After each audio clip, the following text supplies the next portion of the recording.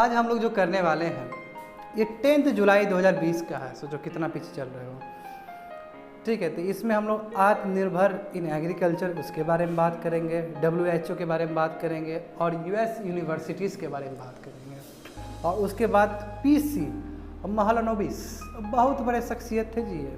ठीक है, इनके बारे में बताऊंगा, तुम लोग खुश हो जाओगे। प्लानिंग कमीशन जो बना है उसमें बहुत बड़ा कंट्रीब्यूशन है इनका, बहुत बड़े स्टैटिस्टिशियन थे।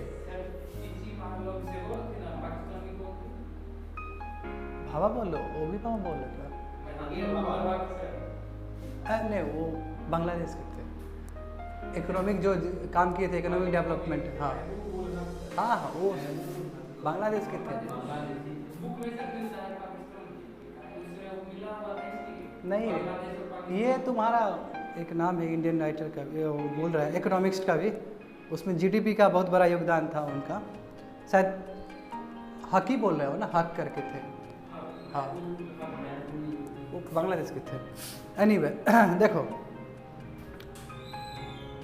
तो जानते हो कि इसके बारे में हम लोग बात करते हैं। GS पेपर 3 देखो। पहले हम लोग आत्मनिर्भर इन एग्रीकल्चर का बात करेंगे, इकोनॉमिक डेवलपमेंट तुम लोग लाए हो तो देखो अपना। Transport and marketing of agricultural produce and issues and related constants देखो फटाफट अपना। कहाँ है मेंस का पेपर, कहाँ है तुम लोग का सिलेबस? भूल गए तुम लोग? अच्छा, अभी देख लो, है 9th नंबर में।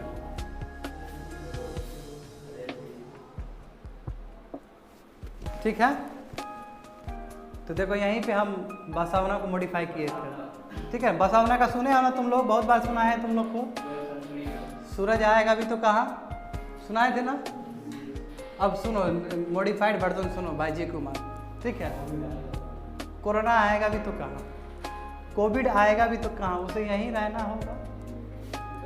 हमारे नाकों में, हमारे गलों में, गले में, हमारे रक्त जंगों में, हमारे पेड़ों में। तुम उदास मत हो, तुम उदास मत हो। अब मैं किसी भी कोरोना को घुसने नहीं दूंगा। ठीक है, तो अभी कोविड का माहौल है, बसावना को कोविड की तरह इंटरप्रेट करते हैं और यहाँ से हम लोग चलते हैं।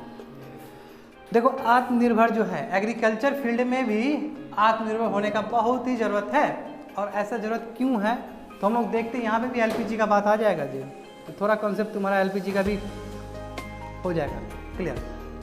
देखो 60 का दशक, 1960 का दशक क्या था कि मिड 1960s में, यानी कि 1965 के टाइम में क्या था कि हम लोग का फॉरेन एक्सचेंज रिजर्व बहुत कम था जी, मात्र $400 बिलियन था। बिलियन डॉलर बहुत कम है। इतना कम था कि केवल हम लोग 7 मिलियन टन ऑफ व्हीट मंगा सकते थे। अब तुम सोचोगे कि सर व्हीट मंगाने की आवश्यकता है, तो व्हीट मंगाने की ये आवश्यकता है कि अभी हम लोग एग्रीकल्चर में हम लोग वो नहीं हुए थे, सेल्फ रिलायंट नहीं हुए थे। हम लोग को भूसा पे रिलायंट करना पड़ता था, US भूसा डिप्लोमेसी खेलता था, पता है तुम लोग को। भूसा देने के लिए बहुत बड़ा बड़ा चीज़ किया आता था। कारगिल वार हुआ, भूसा देना बंद कर दिया। सोचो, कहने का मतलब है कि भूसा के लिए हम लोग वहाँ पे डिपेंडेंट थे। क्यों? क्योंकि यूनाइटेड स्टेट्स और कनाडा में बहुत बड़ा लैंड है व्हीट का, है ना। जो इंफीरियर क्वालिटी का होता था वो इंडिया में आता था, इंडिया में चारा में काम आता था वो, समझ रहे हो ना। तो यहाँ पे कंपैरिजन करने का मतलब यही है कि इतना कम हम लोग पास फॉरेन एक्सचेंज रिजर्व था। और फॉरेन एक्सचेंज रिजर्व क्या होता है ये भी बात समझो। फॉरेन एक्सचेंज रिजर्व मतलब है कि हमारा जो पैसा बाहर है और उसके हिसाब से हम इंपोर्ट कर सकते हैं। हमारे पास पैसा रहेगा तभी ना हम खरीद सकते हैं कोई चीज़ को एज अ कोलैटरल सिक्योरिटी दिखा के। हमारे पास है ही नहीं उतना ज़्यादा, तो क्या करेंगे, कर्जे पे कर्जा हो जाएगा, एक दिन कोलैप्स हो जाएंगे, जो कि 1991 में हुआ है। 1991 हुआ तभी तो हम लोग दौड़ के जाके IMF से लिए थे। कितना लिए थे? हाँ करेक्ट, $बिलियन था कि $मिलियन था? $बिलियन था। हाँ ठीक है, तो अब ये समझो, आप बात समझ में आ जाना चाहिए तुम लोग को कि जो $400 मिलियन इतना कम था, उससे केवल हम लोग 7 मिलियन टन ऑफ व्हीट ले सकते थे। और अभी देखो, अभी प्रिसाइजली क्या है, $460 मिलियन से अधिक है। यानी कि लूजली टर्म कह सकते हो कि 500 मिलियन आपके पास, बिलियन आपके पास रिजर्व्स है। तो अभी तो आप बहुत कुछ मंगा सकते हैं। अभी आप इतना कुछ मंगा सकते हैं कि 20 मिलियन टन ऑफ व्हीट केवल आप 5 बिलियन टन स्पेंड करके ले सकते हैं। कहने का मतलब ये हुआ कि आपके पास इतना जो फॉरेन एक्सचेंज है उसका मात्र 1% आप खर्च करेंगे तो आपके पास 20 मिलियन टन ऑफ व्हीट आ सकता है। देखो इससे बढ़िया क्या हो सकता है। इतना फॉरेन एक्सचेंज रिजर्व्स हम लोग डेवलप किए हैं 1965 के हिसाब से 2019 एंड 20। अब देखो the foreign exchange reserve increase from 1 billion in 1991 90 का दशक देखे तो $1 बिलियन जो हम लोग का था उसको इंक्रीज करके लगभग $500 बिलियन पे पहुंचे हैं। गजब तरक्की है ना कंट्री का। यही बोल रहा है कि this is one of the great success of opening of the economy. Economy open करना क्या है, एलपीजी है ना। एलपीजी की वजह से इतना कुछ हुआ है। अब देखो अब इसमें बहुत बढ़िया दिया गया है। अशोक गुलाटी का है ये, बता दूं मैं तुम लोग को। अशोक गुलाटी बहुत बड़ा नाम है। अशोक गुलाटी एग्रीकल्चरलिस्ट साइंटिस्ट, इतना कुछ जानते हैं एग्रीकल्चर के बारे में ये कि सब फेल है इनके सामने में। अशोक गुलाटी का हम बोले थे उसमें भी कि अशोक गुलाटी का लिया गया। और अशोक गुलाटी लिखते हैं इंडियन एक्सप्रेस में लिखते हैं, ठीक है। और इनका लिखा हुआ हर एक चीज़ civil service point of view से बहुत इंपॉर्टेंट है। बहुत डेटा देते हैं। अब देखो डेटा क्या दिए हैं तो ये बात समझो कि India is net exporter in agriculture. अभी इंडिया एक्सपोर्टर हो गया और एक समय में हम लोग क्या थे, इंपोर्टर थे।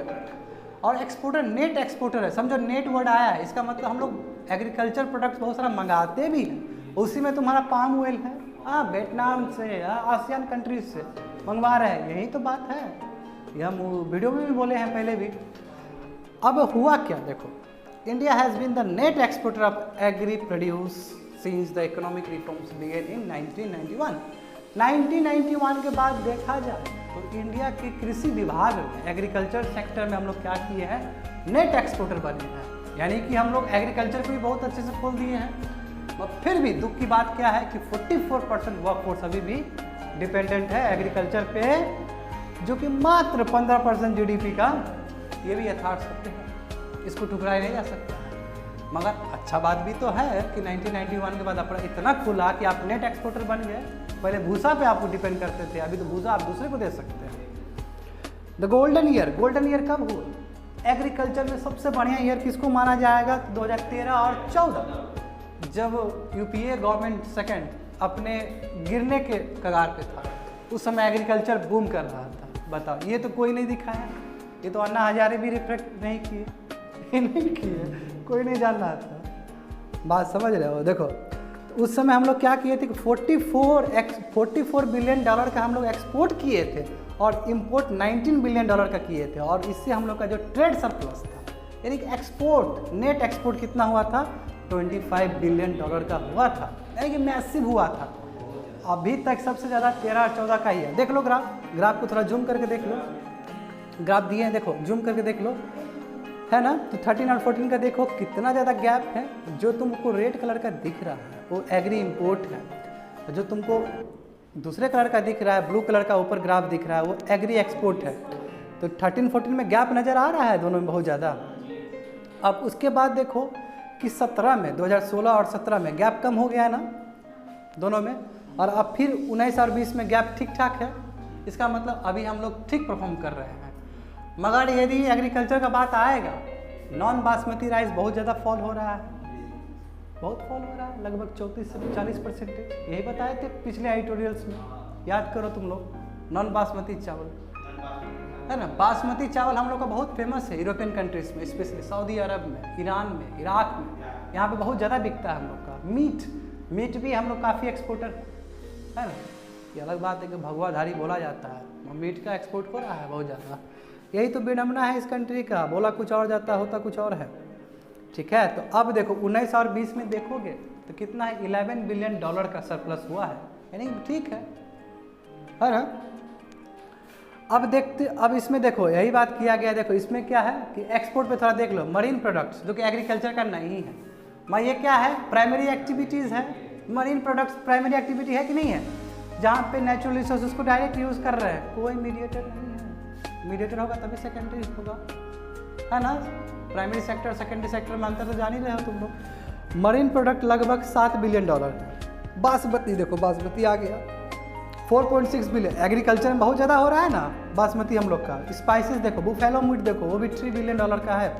शुगर देखो $2 बिलियन का है। कॉमन राइस मतलब ही होता है नॉन बासमती चावल। नॉन बासमती चावल क्या है, 2 बिलियन। एक घटा है, एक्चुअली बहुत ज़्यादा घटा है।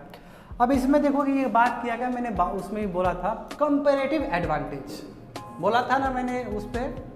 कंपेरेटिव एडवांटेज का मतलब क्या होता है? कंपेरेटिव एडवांटेज का मतलब ये होता है कि आप उस प्रोडक्ट को एक्सपोर्ट कर रहे हो जिसमें आपके पास कंपिटेटिव एज है, आप बहुत अच्छा बना सकते हैं स्टैंडर्ड, आपके पास बहुत ही रिसोर्सेज है, बहुत अच्छे से आपको आता है वो चीज़। तो कंपेरेटिव एडवांटेज का मतलब है कि आप वो चीज़ बेचिए जिसमें आप माहिर हैं, जो आपका प्रोडक्ट फेमस है बासमती चावल, और वो चीज़ आप मंगवाइए जिसमें आपका हाथ अच्छा नहीं है, यानी कि आपका पकड़ उसमें अच्छा नहीं, उसको आप इंपोर्ट करवाइए।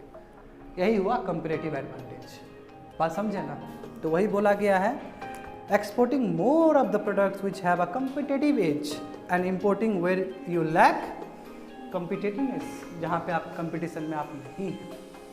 देखो, यदि हम लोग 2019 और 20 का देखेंगे तो हम लोग कंपेरेटिव एडवांटेज का सेंस कर सकते हैं। देखो, मरीन प्रोडक्ट्स में कंपेरेटिव एडवांटेज का कर सकते हैं, बासमती में कर सकते हैं, बुफेलो मीट में कर सकते हैं ना, क्योंकि बेटर है।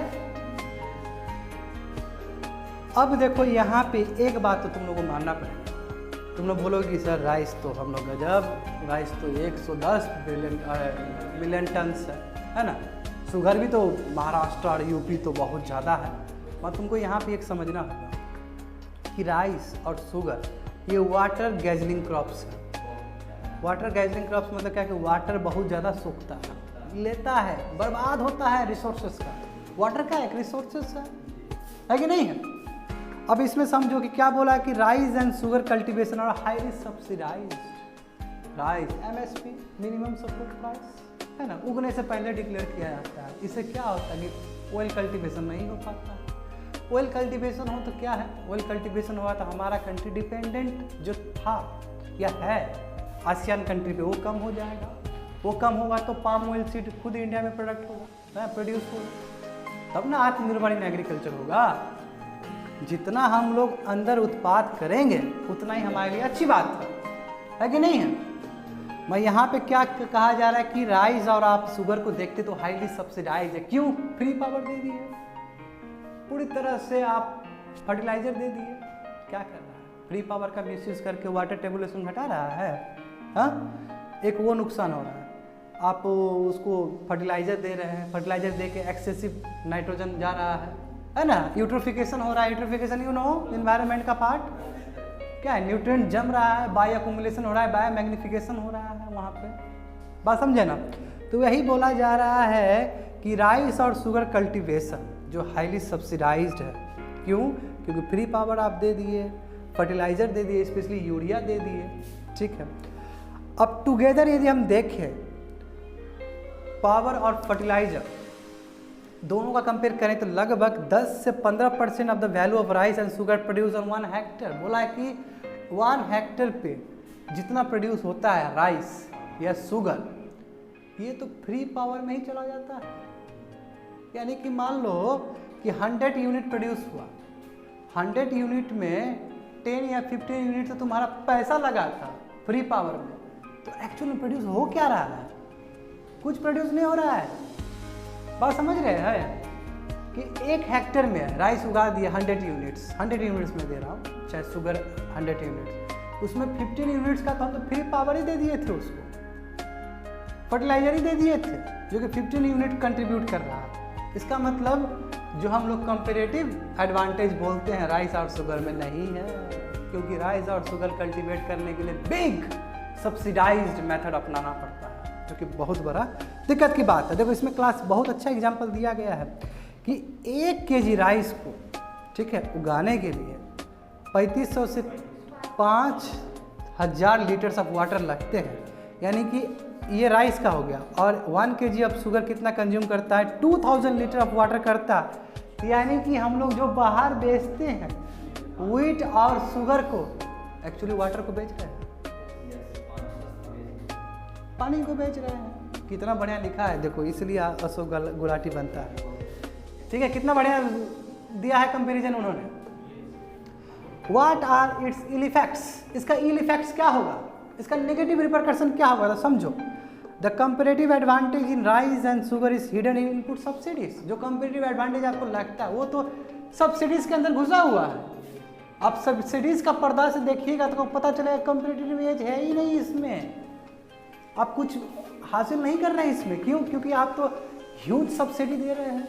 जब आप ह्यूज सब्सिडी दे रहे हैं तो कहाँ से आपका कंपेरेटिव स्टेट होगा, है कि नहीं? तो that actually impacts a lot. बात समझे? इसलिए बोला है कि this leads to increase pressure on scarce water और highly inefficient use of fertiliser. इसलिए क्या बोला जा रहा है यहाँ पे, इसके वजह से जो वाटर स्कैर्स है, स्कैर्स मतलब क्या कि जो वाटर की कमी है वो क्या हो रहा है, और प्रेशर बढ़ रहा है वाटर के ऊपर और यूटिलाइजेशन हो रहा है। दूसरा क्या है कि inefficient use of fertiliser, fertiliser को धड़ल्ले से यूज़ कर रहे हैं बिना सोचे समझे। तो काहे का कंपेरेटिव एज मिला हमको? नहीं मिला हमको। दूसरा चीज़ देखो कि faster depletion of ground water table घटा कि नहीं घटा, स्पेशली उस एरिया में जहाँ पे पहले ग्रीन रेवोल्यूशन आया था, पंजाब हरियाणा, है ना। देखो यहाँ पे लिखा गया पंजाब हरियाणा, क्यों? क्योंकि राइस बहुत ज़्यादा होता है महाराष्ट्र में, क्योंकि शुगर बहुत ज़्यादा होता है। देख रहे हो नेगेटिव असर। और देखो 75% जो नाइट्रोजन है, ठीक है, in urea is not absorb by the plants. Urea में जो हम लोग नाइट्रोजन रहता है उसका 75% तो प्लांट एब्जॉर्ब कर ही नहीं पाता है, वो बहुत तरीके से बाहर चला जाएगा, या तो कुछ तुम्हारा इन्वायरमेंट में इवापोरेट हो सकता है, ठीक है, या तो कुछ ग्राउंड वाटर में जा सकता है लीच होके, वही यूट्रोफिकेशन हुआ, इसी को बोलते हैं यूट्रोफिकेशन। और उससे क्या होता है, ड्रिंकिंग वाटर अनफिट हो जाएगा। गर्म लग रहा है तो यू कैन इंक्रीज कर दो, पहला दिन है बाबू।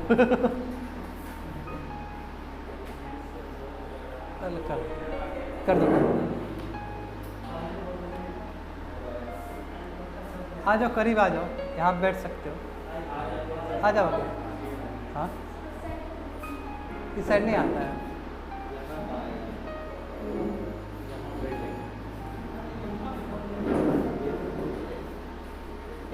ठीक है, ओके, बात समझे ना, कोई दिक्कत नहीं है। अब बात समझो। यूट्रोफिकेशन हम क्या, कोमल क्या था यूट्रोफिकेशन, बताओ जरा।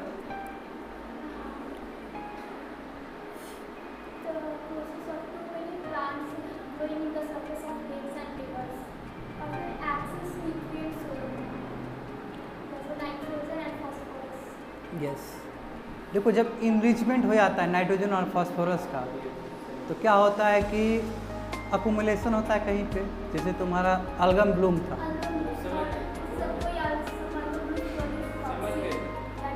टॉक्सिन, ऑल एक्वेटिक ऑर्गेनिजम्स, समझ गए ना यूट्रोफिकेशन। अब देखो क्या बोला जा रहा है कि आप राइस और शुगर पे इतना बात करते हैं, आप क्यों नहीं हाई वैल्यू एग्री प्रोडक्ट्स पे बात करें, फ्रूट्स पे बात करिए, हॉर्टिकल्चर पे बात करिए, वेजिटेबल पे बात करिए, स्पाइसेस पे बात करिए, टी पे बात करिए, कॉफ़ी पे बात करिए, कॉटन में बात करिए, कैश क्रॉप पर आपको इंटरनेशनल मार्केट में बहुत पैसा देगा। इसलिए वहाँ पे ध्यान स्विच करने की आवश्यकता है एज पर अशोक गुलाटी, है ना। बहुत अच्छा दिया ना। Let us look at agri import front. अब देखें कि एग्रीकल्चर फ्रंट पे हो क्या रहा है। देखो बिगेस्ट जो concern of, biggest worry of concern क्या है कि अभी भी एडिबल ऑयल, ठीक है, बहुत ज़्यादा बाहर से मंगवाया जाता है, ठीक है। क्या 15 मिलियन टन्स बाहर से हम लोग एक्सपोर्ट करते हैं, बात समझे। लगभग ये कितना है, $10 बिलियन का है ये, ठीक है। तो ज़रूरी है कि आत्मनिर्भर एग्रीकल्चर में यहाँ पे क्रिएट होना बहुत ज़रूरी है। यही मैं बोला था, एडिबल ऑयल। एडिबल ऑयल में क्या होता है, खाने वाला ऑयल, मस्टर्ड ऑयल जो देखते हो घर में, उसका सीड होता है, सीड से निकलता है ना जी, उस तरह का सीड आपको सरसों का, बिल्कुल कोकोनट, बिल्कुल इसमें हम लोग को आगे जाना चाहिए। This requires creation of competitive advantage through augmenting productivity and increasing the recovery ratio of oil from oil seed. क्या बोला जा रहा है? इसलिए आत्मनिर्भर बनना है आपको एग्री फ्रंट पे, तो ज़रूरी है कि आप कम्पिटेटिव एडवांटेज उठाइए। कैसे? Augmenting productivity. ऑगमेंटिंग प्रोडक्टिविटी मतलब क्या? मैक्सिमाइज करना प्रोडक्टिविटी को, एफिशिएंसी को मैक्सिमाइज करना। कब करोगे एफिशिएंसी को मैक्सिमाइज? जब तुम्हारा रिकवरी रेट बेस्ट होगा। यानी कि एक ऑयल पाम से, ऑयल सीड से तुम बहुत ज़्यादा ऑयल निकाल रहे हो। पहले तुम केवल 10 ही यूनिट निकाल पाते थे और अभी 20 यूनिट निकाल पाते हो। That is good.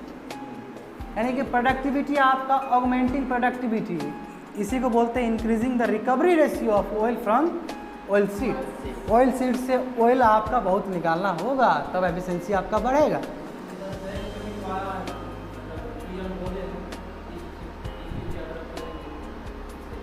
बिल्कुल, पाम ऑयल, बिल्कुल ये करंट का ही है। हाँ, तो सबसे लिंक कर सकते हो। वो जो मोदी जी बोले हैं तो वो वाला भी एग्जैक्टली आ जाएगा इसमें कुछ दिन बाद। What needs to be done to reduce vegetable oil import. क्या ऐसा हम काम करें जिससे वेजिटेबल इंपोर्ट, जो कि ज़्यादा साउथ एशियन कंट्री से होता है, उसमें कैसे आत्मनिर्भर बनेंगे? तो समझो अशोक गुलाटी क्या लिखते हैं। While mustard, sunflower, groundnuts and cotton seeds have a potential to increase oil output to some extent, the maximum potential lies in oil palm। वही पाम ऑयल भी कह सकते हो। ऑयल पाम में ज़्यादा ध्यान देने की आवश्यकता है, जितना ध्यान देंगे उतना बेटर होगा। क्यों? देखो, क्योंकि कारण ये है, this is the only plant that can give about 4 tons of oil on a Hector basis. एक हेक्टर पे बताओ कि 4 टन्स ऑफ ऑयल दिया जा सकता है, बहुत मैसिव है।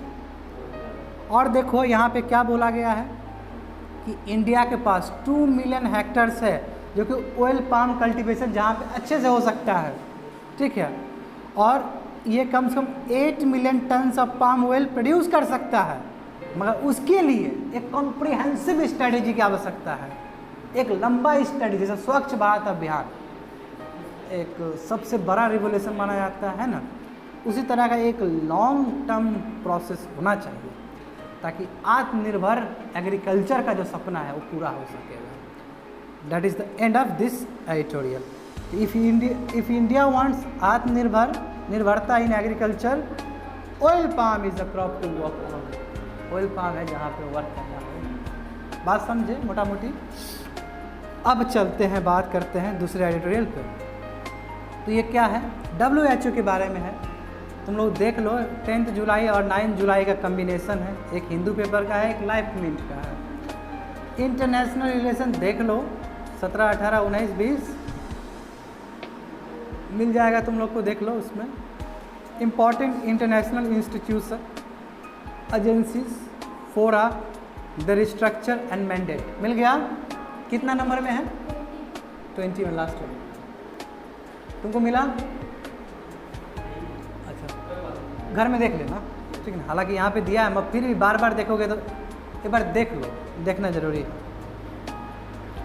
हर साल देखोगे ना, 1 साल पूरा हाथ पे रह जाए। याद करने की कोई ज़रूरत नहीं है, बैठ के याद करते हैं ना, वो मूर्खता है। रटने से बढ़िया है कि बार बार देखो, माइंड में अपने आप बैठ जाता है ना, याद हो जाएगा अपने आप। ऐसे नहीं होता यार, उससे तुमको कंप्रहेंसिव आइडिया हो जाएगा। चलो देखते हैं WHO। देखो WHO का इसमें दिखाया है, हालांकि ये बहुत बात आगे बढ़ चुका है, ठीक है। अभी इसमें समझो कि USA ने क्या किया, नोटिफाइड कर दिया कि हम WHO से निकल रहे हैं, ठीक है। USA बताओ, पेरिस ट्रीटी एग्रीमेंट से भी निकला, यूनेस्को से भी निकला, और भी बड़े बड़े ऑर्गेनाइजेशन से निकला है ये। अब ये यहाँ से भी निकलने का रास्ता ढूंढ रहा है, ठीक है। ये अलग बात है कि प्रेसिडेंशियल इलेक्शन होने को बाकी है अभी US में। हो सकता है कि बहुत चेंजेज हो जाए, डोनाल्ड ट्रंप का सरकार गिरेगा तो कुछ से कुछ हो सकता है, कुछ भी हो सकता है। मेरा एक फ्रेंड है वहाँ पे, ठीक है, कैरोलिना में। वो क्या बोल रही थी, वो बोल रही थी कि वो बीच में जो नॉर्थ US में है नॉर्थ यूएस में अभी भी बहुत होल्ड है ट्रम्प का, बहुत होल्ड है। तो बताए थे तुम लोगों को कभी कि यूएस में नॉर्थ और साउथ बहुत डिवाइड है सिविल वार के बारे में। जैसे इंडिया से भी जो सत्ता पे जाता है नॉर्थ से ज़्यादा जाता है, साउथ वाले खपा रहते हैं। यूएस में भी यही है। अब्राहम लिंकन का भी मौत इसीलिए हुआ था, नॉर्थ से थे। बहुत होता है पॉलिटिक्स। हमारे मोदी जी भी कहाँ से गए? गए ना वाराणसी से लड़के। क्यों वाराणसी से लड़े हैं? पूरी तरह से गांधी टी प्लान को हिलाने के लिए। हाँ, जो यूरोप पे राज करेगा वही पूरे कंट्री पे राज करेगा, उसी तरह जो गैंजेटिक प्लेन पे राज करेगा वही पूरा भारत इंडिया में। पे राज करेगा। यही है, यही देखा जा रहा है। नास्ट्रोडोमस का सब नाम सुने होंगे। किसका? नास्ट्रोडोमस जो ओ हाँ हाँ हाँ। उनका कहीं ना कहीं सारा वक्त सही निकल रहा है। अब देखो इंटेलेक्चुअल लोग हैं। चलो बात को समझते हैं। यहाँ क्या यूएस ने क्या किया, ऑफिशियली नोटिफाइड किया कि वो निकलना चाहता है, डब्ल्यूएचओ के मेंबरशिप से निकलना चाहता है। ठीक है। मई में भी प्रेसिडेंट ने अनाउंस किया था कि ये हम फंडिंग को रोक रहे हैं और इस बॉडी से हम निकल जाएंगे। क्यों? क्योंकि ये बार बार एक्यूज़ करता है डोनाल्ड ट्रंप कि डब्ल्यूएचओ प्रो चाइना है, प्रो चाइनीज़ माइंडसेट से काम करता है। दिखता भी है हम लोग को, है ना। बोला कि body lakhs independence from China, China का बहुत दबदबा है। कहाँ से था सर वो? क्या जो भी हेड है वो साउथ इथोपिया। में- हाँ, इथोपिया। वहाँ पे यूएसए बहुत बड़ा कंस्ट्रक्शन वर्क नहीं, चाइना। चाइना में हाँ, आता है। ये है ये इसमें। उसके पेपर में आज वहाँ पे- ये एग्जैक्टली ये भी पॉइंट तुम्हारा इसमें लिखा गया है, ये है।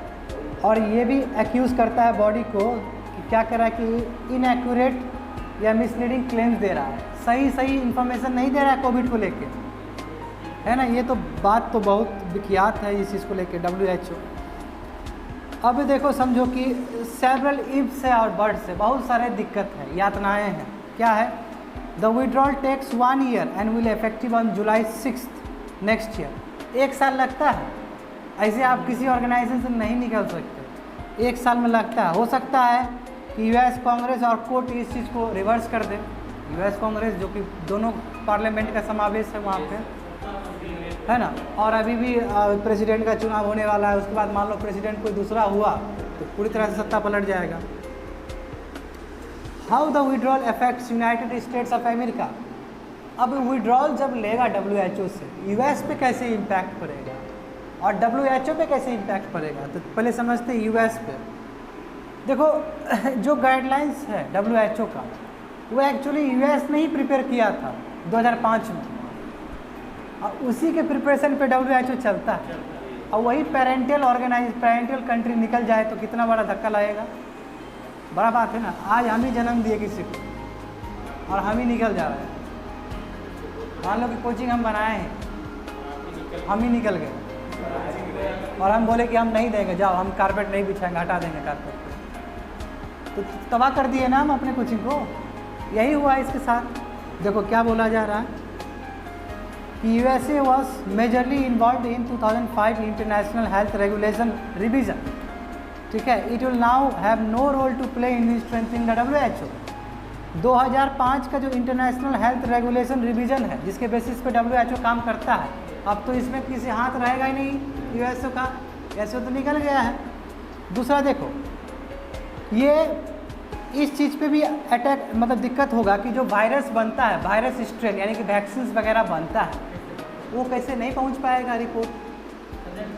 जैसे क्लासिकल एग्जांपल दिया गया है कि इन्फ्लुएंजा वैक्सीन जो बनाया गया था, ये तब बनाया गया जब फ्लू ने 34,000 पीपल यूएस में मार दिया था, किल कर दिया था 18-19 में। ठीक है।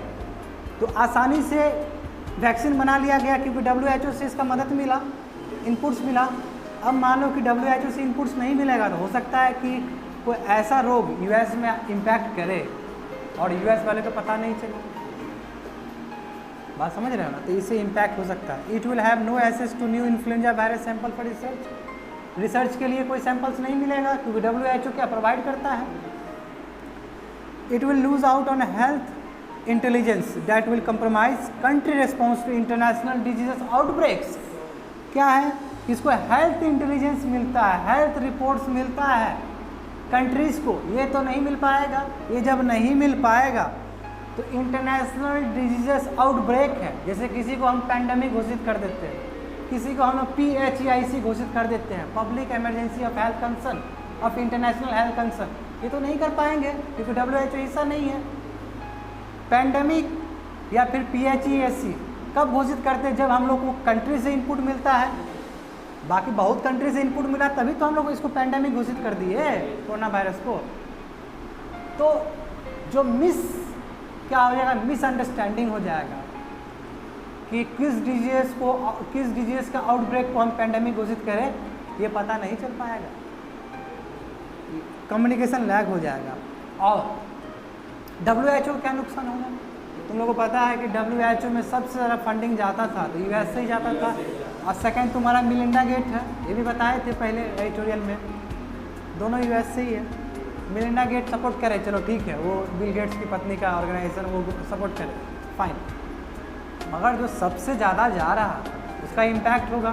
दूसरा इम्पैक्ट क्या होगा, जो एक्सपर्टीज़ मिल रहे हैं US में, कितना बड़ा बड़ा यूनिवर्सिटी, कितने बड़े बड़े साइंटिस्ट सब नहीं मिलेगा, एक्सपर्टीज़ ख़त्म हो जाएगा। तो WHO को भी बहुत नुकसान हो रहा है यहाँ पे, और US को भी नुकसान हो रहा है।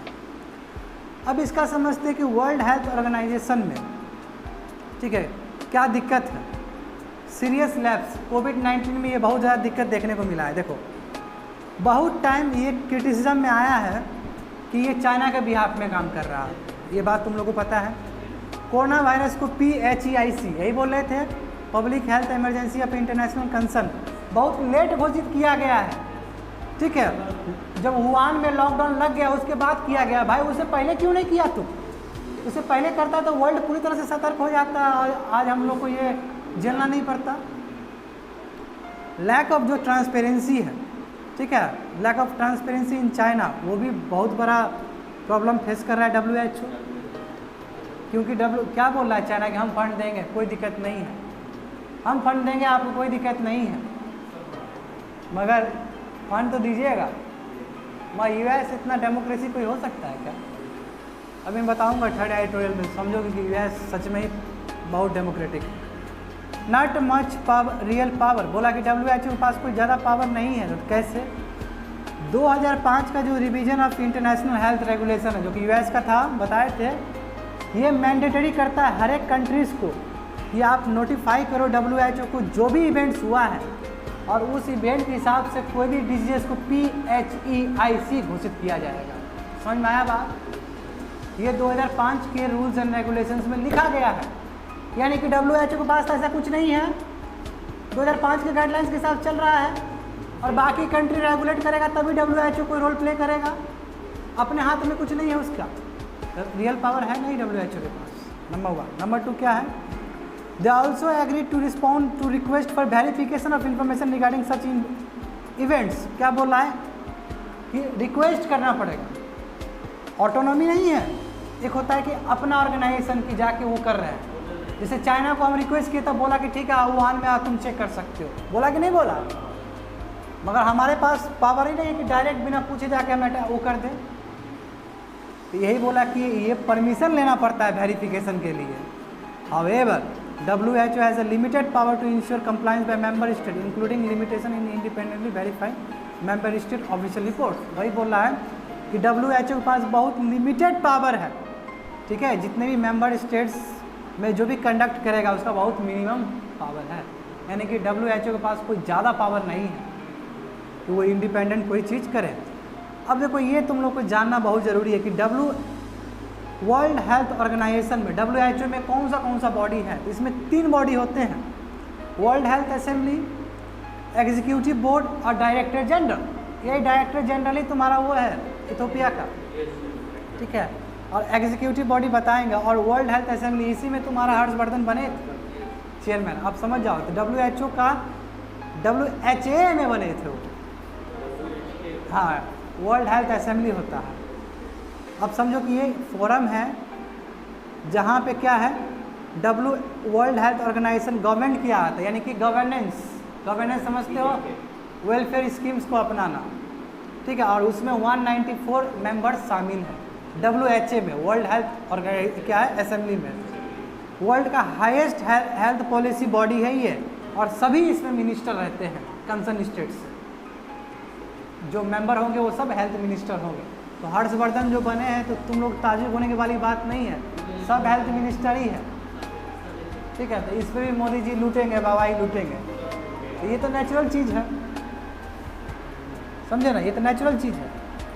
अब देखो एग्जीक्यूटिव बॉडी क्या होता है। एग्जीक्यूटिव बॉडी में 34 टेक्निकल क्वालिफाइड मेंबर्स होते हैं जो कि 3 ईयर के लिए चुने जाते हैं, समझ गए। 34 क्वालिफाइड मेंबर्स होंगे। टेक्निकल जानता है जो, समझ रहे हो ना, जो बड़े बड़े साइंटिस्ट होंगे, टेक्निकल जानने वाले।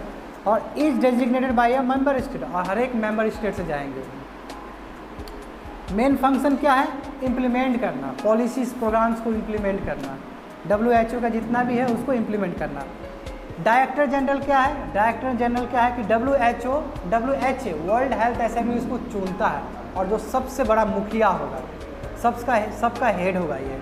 तो WHO is led by, world health organisation is led by director general who is appointed by and response to the world health assembly. 194 countries के मेंबर उसको चुनते हैं, और यही WHO का सबसे हेड बनता है। और वो कौन है अभी, नाम क्या है उनका, गेब्रियेसस, इथोपिया का जो फॉर्मर हेल्थ मिनिस्टर वो है। अब देखो आप समझो, world health organisation role in the present juncture, मतलब सिचुएशन, अभी के सिचुएशन में क्या काम कर रहा है WHO, तो बात समझो। It is a playing a vital role in gathering information, world से इन्फॉर्मेशन। कोविड-19 बहुत इंपॉर्टेंट रोल प्ले कर रहा है, तभी तो प्रेस कॉन्फ्रेंस रखता है, हर समय हम लोग देखते हैं, तभी तो करता है। नंबर 2 क्या है, WHO क्या है, US से जो फंड आ रहा था वो ख़त्म, टेक्निकल एक्सपर्टीज़ वो ख़त्म। अब रिफॉर्म्स बोला कि रिफॉर्म्स लाना बहुत ज़रूरी है WHO में, रिफॉर्म्स नहीं लाएंगे दिक्कत है। तभी तो एडिटोरियल पहले क्या लिखाया था, WHO नीड्स मोर टीथ, है ना, मोर टीथ मतलब क्या, मोर पावर, ज़्यादा पावर चाहिए इसको। अब देखो executive authority at the WHO, जो एग्जीक्यूटिव अथॉरिटी है कौन, वही एग्जीक्यूटिव अथॉरिटी जिसका हम बात की थी, 34 टेक्निकल मेंबर जाते हैं एग्जीक्यूटिव बोर्ड, समझे। तो बोला कि जो एग्जीक्यूटिव अथॉरिटी है WHO का, वो पॉलिटिकल अपॉइंटी नहीं होना चाहिए। वो क्या होना चाहिए, हेल्थ केयर टेक्नोक्रेट्स होना चाहिए, विद्वान होना चाहिए, नॉलेजेबल होना चाहिए। यदि वैसे मेंबर चुन के आएंगे वहाँ पे तब सही होगा, क्योंकि टेक्नोक्रेट्स है वो। दूसरा क्या है कि WHO operation need greater scrutiny, WHO का जो ऑपरेशन है उसको और ज़्यादा बड़ा ऑर्गेनाइजेशन होना चाहिए ताकि वो इंडिपेंडेंट काम कर सके, समझे। और क्रिटिक्स तो ये भी कहते हैं कि जो अभी तुम्हारा एडोनन है, टेड्रोस एडोनन गेब्रियेसस, जो इथोपिया के फॉर्मर हेल्थ और फॉरेन मिनिस्टर रहे हैं, ये इसलिए भी WHO उसको चाइना को सपोर्ट करा है क्योंकि इथोपिया में ह्यूज इन्वेस्टमेंट चाइना के द्वारा गया है, तो बायस है, ठीक है। तो इसलिए WHO need to be restructure, इसलिए ज़रूरी है कि उसको रीस्ट्रक्चर करना होगा, समझे। यही 2 चीज़ कवर करके दे दिए,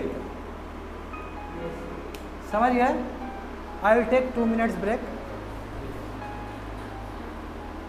अभी लगता है कि बहुत ज़्यादा बोलना पड़ रहा है, बताओ, छूट गया ना।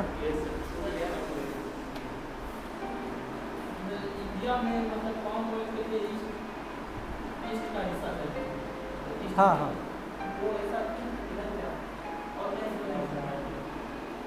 देखो पाम ऑयल के लिए सोयल का आवश्यकता है, सोयल का क्वालिटी डिफरेंट होना चाहिए। सबका अलग अलग आइडिया सॉइल और वेदर होता है, कैनेडियन सॉइल, ब्लैक सॉइल। देखो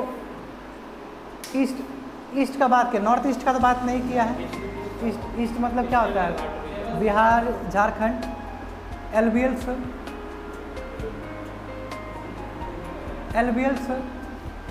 सोल ऐसा है कि कुछ भी उग सकता है उस पर, है ना।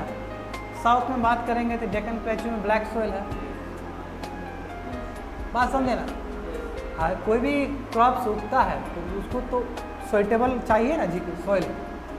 कभी बात करेंगे हम लोग ऑयल कल्टीवेशन में सॉइल का किस तरह रिक्वायरमेंट है। मॉइस्चर का रिक्वायरमेंट होता है अलग टाइप का, जैसे कॉटन के लिए अलग होता है ना। ठीक है, कोई डाउट है पूछो तुम लोग। Is there any doubt from your side? No doubt. देखो अब हम लोग बात करते हैं थर्ड क्या था? थर्ड क्या था बताओ? थर्ड तुम लोग ऊपर टॉपिक देख के हमको बताओ। थर्ड हम लोग यूएस यूनिवर्सिटी का बात था ना, करेक्ट? यूएस यूनिवर्सिटी में क्या है, ठीक है। तो यहाँ पे हम लोग बात करेंगे जो स्टूडेंट के साथ हो रहा है दिक्कत, ठीक है। वीज़ास को लेके पढ़ने लिखने में जो जाते हैं बच्चे लोग वहाँ पे पढ़ते हैं, उसको स्टॉप किया गया और इसके वजह से यूएस की यूनिवर्सिटी ने ट्रम्प सरकार के अगेंस्ट फाइल किया है, ठीक है। और ये चीज़ यूएस जैसे कंट्री में ही पॉसिबल है। हमारे कंट्री में तो लाठी मार के ख़त्म कर दिया जाएगा, ठीक है। तो देखो 9 जुलाई और 10 जुलाई को एक टाइम्स ऑफ इंडिया में आया था और एक हिंदू पेपर में आया था। इंटरनेशनल रिलेशन है, GS paper 2, effect of policies and politics of developed and developing countries on India's interest and Indian diaspora. Diaspora मतलब क्या होता है जानते हो? बाहर के जो इंडियंस लोग, एनआरआई लोग रहते हैं, जो कि बहुत बड़ा रोल प्ले करते हैं, है ना, करेंगे ना। बाहर से एफडीआई भेजते हैं, एफपीआई भेजते हैं, है ना, बहुत बड़ा रोल है। तो ये जो टॉपिक है इसके अंदर आ जाएगा, तो पेपर देख सकते हो, तुमको 18 और 19 में मिल जाएगा, ठीक है। 19 में है डायस्पोरा, देखो, ठीक है। अब यहाँ बात करते हैं कि 1.1 मिलियन इंटरनेशनल स्टूडेंट्स। देखो यूएस में बात किया जाए कि they are nearly 1.1 million international students, ठीक है, जो यूएस के इकोनॉमी में बहुत बड़ा योगदान देते हैं और यूएस के इकोनॉमी में लगभग $41 बिलियन का राशि देते हैं। बाहर के विद्यार्थी पढ़ते हैं, बोलते हैं कि हम हार्वर्ड से पढ़े हैं, शिकागो से पढ़े हैं, है कि नहीं, बड़ा बड़ा बात किया आता है कि नहीं। यहाँ हम बहुत अच्छा कॉलेज से पढ़ लेंगे, कोई नाम नहीं है। बाहर जाएंगे, मान लो घूम फिर के भी आ गए, टैग है कि डिग्री दिखा दिए, वो सोचो अरे सब विद्वान है जैसे राहुल गांधी के साथ होता है कि नहीं। हाँ, स्टेप है, बात समझे। हमारे बाबा अम्बेडकर भी देखो कितना बार हम बोलते हैं, बाबा अम्बेडकर को 2 PhD हासिल था, है ना। अब वो तो वही है, उनके कंपैरिजन में क्या हम लोग कुछ नहीं है यार कुछ नहीं है, सच में बोल रहे हैं, कुछ कहीं धूला भी नहीं है। हम लोग बहुत विद्वान थे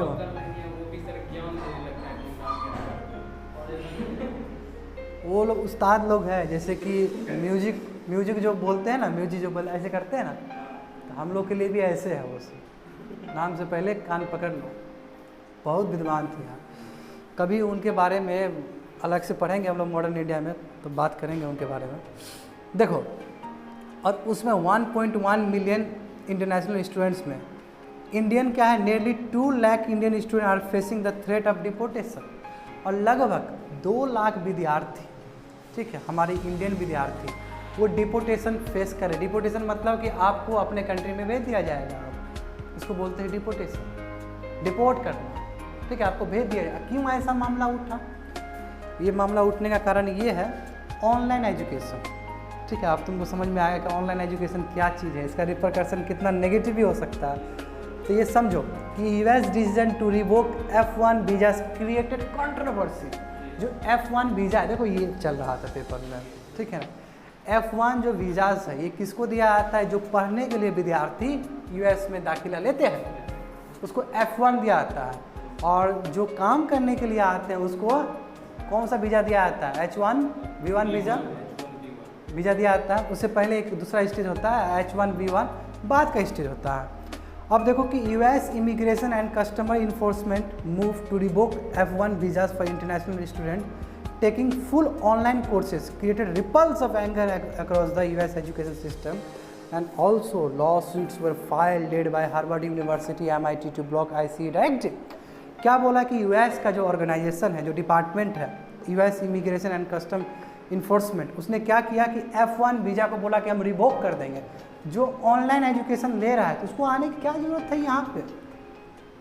वो तो घर ही घर बैठ पढ़ सकता है, वो तो दुनिया के किसी भी कोने में पढ़ सकता है, उसको आने की क्या ज़रूरत है? जब ऐसा हुआ तो खलबली मच गया। हार्वर्ड यूनिवर्सिटी को, MIT को, मैसाचुसेट्स ऑफ यूनिवर्सिटी, हाँ एक बड़ा, मैसाचुसेट्स बहुत बड़ा यूनिवर्सिटी है वर्ल्ड का, ठीक है ना, बहुत बड़ा है, जैसे हार्वर्ड है उसी तरह तुम्हारा मैसाचुसेट्स है। ये क्या कर दिया, इसके अगेंस्ट गुस्सा हुआ, इसके अगेंस्ट यूएस का जो ये जो सर्कुलर निकाला गया, इसके अगेंस्ट लॉ सूट कर दिया, ठीक है।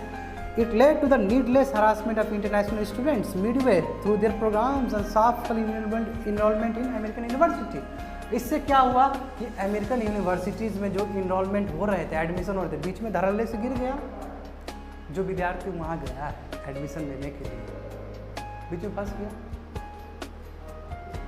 करेक्ट, बीच में वो फंस गया। Proxy voting option is available to the classified service personal. अब बोला जब प्रॉक्सी वोटिंग जो है, थोड़ा बाहर जाके देखो तो, गेट बंद कर दो।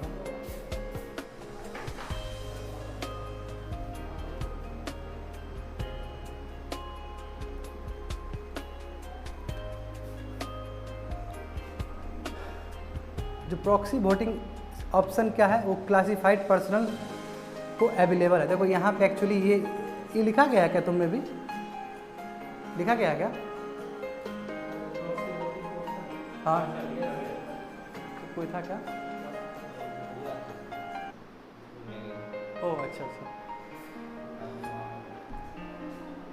देखो नहीं, एक्चुअली यहाँ पे गलत लिख दिया है, इससे कोई रिलेशन नहीं, ये इससे रिलेशन उसका वाला है जो बताए थे ना कि प्रॉक्सी इलेक्शन में कैसे दिया आता है, NRI को बोल रहा है। हाँ, यहाँ पे गलती, हाँ ये गलती से यहाँ पे लिखा गया है, समझे, इस गलती से यहाँ पे आ गया, ठीक है। Foreign students are worst affected. Foreign student जो है सबसे वर्स्ट अफेक्टेड हुआ, ये जो मूव यूएस का कि F1 वीज़ा ख़त्म कर रहा है, जो ऑनलाइन कोर्स ले रहा है, इससे क्या हुआ, फॉरेन स्टूडेंट को बहुत ज़्यादा इम्पैक्ट हुआ। कैसे? International students are not eligible for federal college loans. अब लोन के लिए अब नहीं है, क्योंकि आप जब बाहर जाते हैं तो आपको स्कॉलरशिप मिलता है सरकार की तरफ से, बैंक की तरफ से मिलता है ना कि पढ़ने जा रहे हैं तो हमको हेल्प करिए। तो अब क्या कि इंटरनेशनल स्टूडेंट अब एलिजिबल नहीं है फेडरल कॉलेज लोन से। They rely on payment either out of pockets और फ्रॉम प्राइवेट लोन। आप तो जेब से खर्च करिए या फिर आप क्या करिए, प्राइवेट वन से करिए, ठीक है। There is also less domestic pressure to reduce tuition rates और प्रोवाइड कंसेशन फॉर देम। और इससे क्या हुआ, तुम्हारा ये जो ट्यूशन रेट्स है और कंसेशन है, इस पर भी इम्पैक्ट पड़ा है, ठीक है। Moreover the pool of the international college applicant is much larger than the number of position available, so in spite of rise in the tuition cost seats are invariably filled. देखो seats क्या है, हर समय भरता है ना। अब student का demand ज़्यादा हो जाएगा तो क्या होगा, बाकी गरीब बच्चे हैं जो पीछे चले जाएंगे, अमीर बच्चे ले लेंगे पोजीशन को। यूएस में भी, यूएस का यूनिवर्सिटी का बहुत डिमांड है, यूएस वाला भी जानता है इस चीज़ को। बाहर से बच्चा नहीं आएगा तो यूएस का ही बच्चा लोग उसको फिल कर लेगा, है कि नहीं है। तो यूनिवर्सिटीज़ का उतना नुकसान नहीं होगा इस सेंस से देखा जाए, क्योंकि उसको पैसा मिल जाएगा। वह जो बाहर के बच्चे लोग पढ़ना चाहते हैं, इतना बड़ा यूनिवर्सिटीज़ में पढ़ना चाहते हैं, उसको बहुत ज़्यादा इम्पैक्ट होगा। इसलिए बोला जा रहा है कि moreover the pool of the international college applicants जो आ रहे हैं इस much larger than the number of position available. जो पोजीशन सीट जितना अवेलेबल है उसके हिसाब से बाहर के लोग बहुत ज़्यादा अप्लाई करेंगे उस पर सीट के लिए, क्योंकि बेस्ट यूनिवर्सिटी है वर्ल्ड का।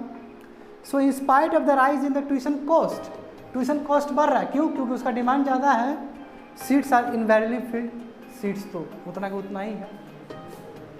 Reducing government support the global phenomena. अब बोला कि यूनिवर्सिटीज़ में बच्चे को दाखिला कराने का जो प्रक्रिया है ये वर्ल्ड लेवल पे घट रहा है, यानी कि स्टेट की तरफ से कोई बच्चे लोग को वो नहीं मिल रहा है, यानी कि मिलना चाहिए। यूएस गवर्नमेंट भी इसको क्या करना चाहिए, सहयोग करना चाहिए, यदि कोई JNU में जाना, देखो तुम्हारा JNU का क्लासिकल एग्जाम्पल ने बढ़ा दिया था फीस, यानी कि तो फिर यानी कि सरकार भी नहीं चाहते हैं कि गरीब बच्चा लोग कन्हैया कुमार टाइप का बने, है ना। कन्हैया कुमार तो बहुत गरीब घर का था लड़का। अब देखो कुछ सरकार को भी तो सोचना चाहिए ना, सरकार काम नहीं करेगी तो कौन काम करेगा। वही बोल रहा है कि देखो for the past several decades there have been an ever increasing withdrawal of public funds from university globally, यानी कि जो स्टेट जो फंड देता था यूनिवर्सिटी को वो कम किए जा रहा है, और ये 1 दशक में देखा गया है अभी। और ये केवल US का बात नहीं है, ऑल ओवर द वर्ल्ड का बात है। यानी कि इससे इन्फ्रेंस क्या निकाल सकते हो, इससे इन्फ्रेंस यही निकाल सकते हो कि कोई भी गवर्नमेंट, कोई भी सरकार नहीं चाहता है कि उसका बच्चा एकदम ब्रिलियंट बने। यही कहेंगे हम, क्या कहेंगे हम, कोई नहीं चाहेगा। बताओ अब तुम लोग खुद सोचो कि वेंकैया नायडू हम बहुत मानते हैं उनको, ठीक है, वेंकैया नायडू बहुत अच्छे नेता हैं, अभी वाइस प्रेसिडेंट है ना। वो भी छात्र लीडर थे अपने टाइम के, है ना, छात्र लीडर थे अपने, तुम लोगों को नहीं पता है, वो बहुत बड़े छात्र लीडर थे अपने समय का। मगर जब JNU में लीडर सब निकलता है तो बोलता है, क्या बोलता है कि राजनीति करता है। अरे भाई राजनीति वहीं से शुरू होता है, हाँ, वो अपना दिन भूल जाता है ना सब, बात समझ रहे हो ना। यही चीज़ यहाँ पे भी है कि खुद तो बना जो भी पॉलिटिक्स में यूज है वो सब लीडर का भतीजा और बेटा ही है। एक नॉर्मल स्टूडेंट या गरीब का कोई भी बच्चा पॉलिटिक्स में घुसना भी चाहे बोलेगा ये राजनीति करता है। बिल्कुल सही बात, बिल्कुल सही बात है। अभी रामविलास पासवान हाँ, बेटा को डाल दिया, इस पे कोई नहीं बोलेगा कि वो राजनीति करता है, नहीं कि उसका बेटा है इसलिए करेगा। तो क्या बोलेंगे उसको। देखो यही है सबसे बड़ा डिमेरिट हम लोग का कंट्री, बहुत ज़्यादा है। It is incidental to note that the demand for higher education access is growing, जबकि ये जानते हैं कि हायर एजुकेशन का डिमांड बढ़ते चला जा रहा है। तभी तो बीटेक वाले बहुत सारे स्टूडेंट तुमको मिलेंगे, अभी गली गली में मिल जाएंगे, पढ़े लिखे आदमी बहुत ज़्यादा मिल जाएंगे। पहले क्या था, दूर से बोलता था पढ़ा लिखा आदमी तो उठ के सब सलाम करेगा उसको, तो पढ़ा लिखा आदमी है। अब तो ख़त्म हो गया। क्यों ख़त्म हो गया? क्योंकि सब हायर एजुकेशन भाग रहा है, तो हर एक घर में बीटेक वाले स्टूडेंट पढ़े हुए हैं, है ना। तो जितना हायर एजुकेशन बढ़ेगा उतना ही क्या है, लोगों में सब पढ़े लिखे हो जाएंगे तो क्यों इज्जत देंगे। ये बात समझो ना। एक हमको कोई बोल रहा था लड़का, हम बोले कि अभी बहुत रेशियो बढ़ गया है पढ़ाई में। Now college grants are being replace with the loans and tuition fees और other private forms of funding. जो पहले गवर्नमेंट फंड मिलता था, ठीक है, कॉलेज का ग्रांट्स मिलता था यानी गवर्नमेंट की तरफ से, वो रिप्लेस हो गया। वो ट्यूशन फीस से चला रहा है कॉलेज, ठीक है, या ग्रांट से चला रहा है, या ट्यूशन फीस से चला रहा है, या फिर एलुमिनी से चला रहा है। एलुमिनी समझते हो? एलुमिनी मतलब होता है कि मान लो कि हम हार्वर्ड यूनिवर्सिटी का प्रोडक्ट है और हम यहाँ से निकले, ठीक है, तो हम इंडोमेंट्स देते हैं। इंडोमेंट मतलब हम पैसा देते हैं और वो फंड मेरा मल्टीप्लाई भी होता है और हमको फ़ायदा भी मिलता है, ठीक है, तो उसको बोलते हैं एलुमिनी। एलुमिनी इंडोमेंट्स बोलते हैं उसको। तो इस तरह भी क्या है, यूनिवर्सिटीज़ में फंड दिया आता है, वो एलुमिनी दे रहा है, या तो ट्यूशन फीस दे रहा है, या फिर वो अपने आप कर रहा है। और गवर्नमेंट की तरफ से जो होना चाहिए वो तो मिसिंग है। और गवर्नमेंट जानते हो कि गवर्नमेंट का रोल बहुत बड़ा है। ये गवर्नमेंट यदि चाहेगा तो पूरी तरह से बदल सकता है स्ट्रक्चर, उसी के हाथ में है सभी चीज़। Some people say the positive fall out is increase in the autonomy of the university but the flip side is tuition cost have been steadily rising. बोला है कि कई लोग यही बात है, कई लोग कहते हैं कि पॉजिटिव ये जो फॉल आउट हुआ ये क्यों, क्योंकि ऑटोनॉमी इसका फ़ायदा एक हुआ है। कई क्रिटिक्स ये भी बोलते हैं कि ये कोई गलत नहीं है, यदि गवर्नमेंट फंड कम हो रहा है तो कोई गलत नहीं है, क्योंकि यूनिवर्सिटी खुद ऑटोनॉमी होगा, इंडिपेंडेंट होगा। जितना यूनिवर्सिटी इंडिपेंडेंट हो उतना ही सक्षम होगा, उतना ही जी पाएगा, सही है। और दूसरा बात क्या है, फ्लिप साइड क्या है कि ट्यूशन फीस तो आप इंक्रीज़ कर रहे हैं पर ईयर, उससे आप कमाई ले रहे हैं, तो आपको कॉलेज ग्रांट्स की क्या आवश्यकता है। किसी का कहना है, क्रिटिक्स का कहना है, international students are becoming attractive for university looking to boost their revenue stream. और जो इंटरनेशनल स्टूडेंट्स हैं वो अट्रैक्टिव प्लेस है यूनिवर्सिटी, इंटरनेशनल यूनिवर्सिटी। क्यों? वहाँ का डिग्री ले लेगा, इंडिया में कहीं जाकर बैठ जाएगा कि हमको हार्वर्ड का यूनिवर्सिटी वो है डिग्री है। हाँ, जैसे IIT का होता है, जैसे JNU में क्यों जाना चाहते हो? यथार्थ जाओ तो फिर वही बात है ना। देखो, the financial position of university in US is also precarious. बोला है कि जो फाइनेंशियल जो मैकेनिज्म US की यूनिवर्सिटी वो भी प्रिकेरियस है। प्रिकेरियस मतलब क्या है?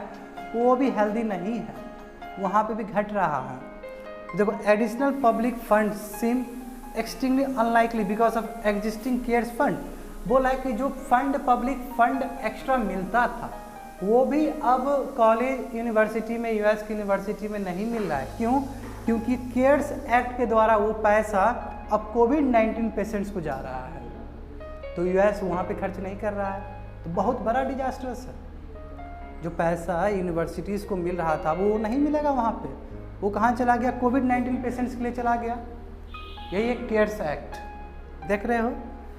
Private research grants are likely to be diminished due to the pandemic. जो प्राइवेट रिसर्च ग्रांट्स था, जो प्राइवेट रिसर्च ग्रांट्स क्या होता है?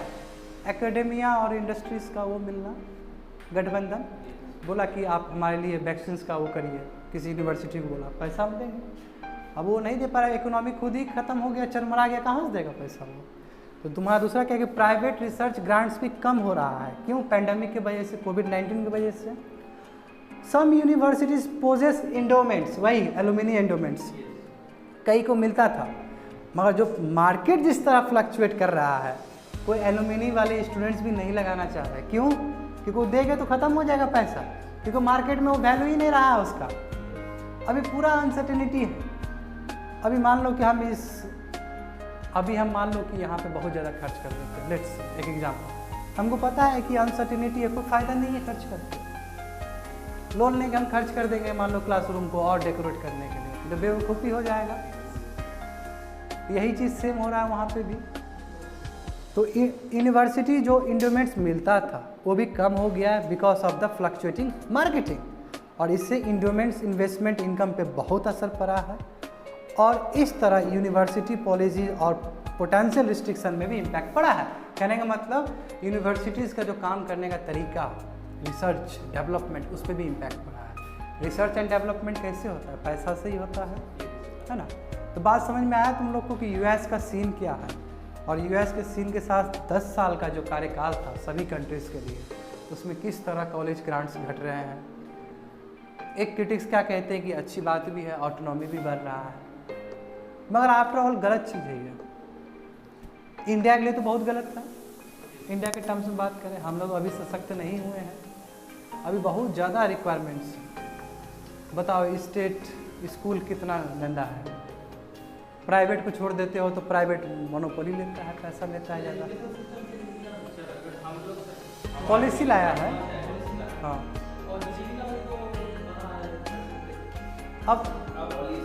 अब आस्ते आस्ते बढ़ेगा।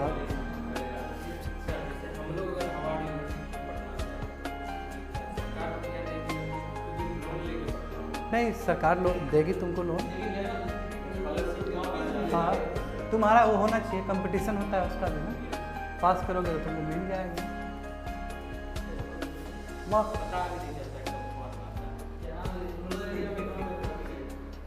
वो तो थोड़ा सा उसके लिए भी बोलते हैं ना कि एक जानकार आदमी होना चाहिए घर का। चलो लास्ट एडिटोरियल है, ख़त्म कर देते हैं इसको। देखो ये महालोनोबिस, ठीक है, इसके बारे में है, इसको मज़ा आएगा पढ़ाने। अमर्त्य सेन, हाँ वही तो हम बोल रहे थे तुमको, ह्यूमन डेवलपमेंट इंडेक्स, ठीक है ना, बांग्लादेश के। अब याद आया तुमको? गलत लिख दिया, वो गलत नहीं हो सकता क्या? हमको लगा क्या लगता है उस समय जो पाकिस्तान और बांग्लादेश का एक ही ना पार्ट हो सकता है, इसीलिए वो लिखा हो सकता है, ये भी हो सकता है। देखो हिंदू का पेपर है 7 जुलाई, देख लो। ये तुम्हारा देखो बहुत दिन बाद तुमको ऐसा मिला होगा, हिस्ट्री हेरिटेज एंड कल्चर। देखो modern Indian history from about middle of the 18th century until present, significant events, personality issues, ठीक है, देख लो। 2nd या 3rd में होगा या 4th में होगा, देखो कहाँ, 2nd में। दिख गया? Let's proceed. देखो इस पे बात करते हैं हम लोग। पीसी महालनोबिस, ठीक है, बहुत बड़ा शख्सियत है जी, ठीक है। Large scale sample survey Bengal famine. Bengal जो फेमिन हुआ था, तुम लोगों का फेमिन मतलब क्या होता है? अकाल पड़ना, ठीक है, ड्राउट आता है, उसके बाद शॉर्टेज ऑफ फूड हो जाता है, बहुत इस पे हम मॉडर्न इंडिया में पढ़ा भी चुके हैं ओल्ड स्टूडेंट को। इसमें पूरा डिटेल्स बताए हैं कि फेमिन में क्या क्या कमेटी बना था। रिचार्डसी कमेटी था, बी.एड. स्मिथ कमेटी था। कभी भी सीरियसली लिया ही नहीं ये लोग ब्रिटिश लोग। और जब आगरा और दिल्ली का जब 1930 के आसपास हुआ था, 1930 से पहले जब हुआ था, तब जाके ये लोग सीरियस हुए थे। तो ये जो शख्सियत है महालनोबिस, ये उस समय भी काम किए थे। तो इनका देखो कंट्रीब्यूशन देखो। बंगाल फेमिन 1943 में बंगाल फेमिन जो हुआ था, ठीक है, it was the famine in the Bengal province of British India during world war second war time में फेमिन हुआ था। सूखा, लोग बहुत मरे थे इस पर। एस्टिमेटेड क्या है कि 2 to 3 million people out of 60 million diet of starvation. 60 million में, यानी कि 60 में 6 करोड़ में लगभग 20 से 30 लाख मैसिव अमाउंट है, ठीक है, लोग मरे थे। और इसी का फिगर कौन कोई दिए थे जाके, ये हमारे जो पार्लियामेंटेरियन है, क्या नाम है इनका, केरला के शशि थरूर यही दिए थे जाके यूके के पार्लियामेंट में, यही बोला था, ठीक है। ये महालनोबिस का ही लिए थे।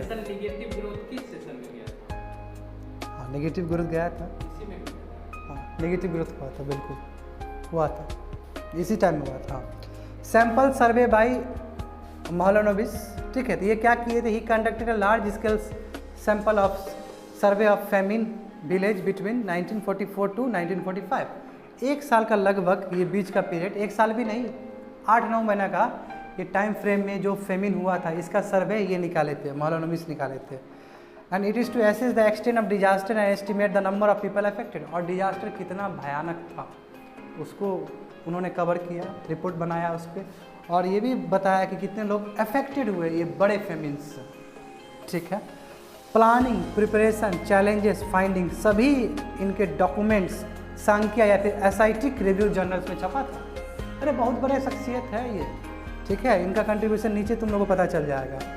What were his findings about Bengal famine. और ये जो 8-9 महीना का जो इतना बड़ा रिपोर्ट तैयार किए थे, उसमें इन्होंने क्या पाया, ये सोचो कि 1/4 of the number of families, जो 1/4 जो नंबर है फैमिलीज का, who had own rice land before the famine had either sold in full और part of their rice land और मोटेज, मतलब अपना गिरवी रख दिए खाना खाने के लिए।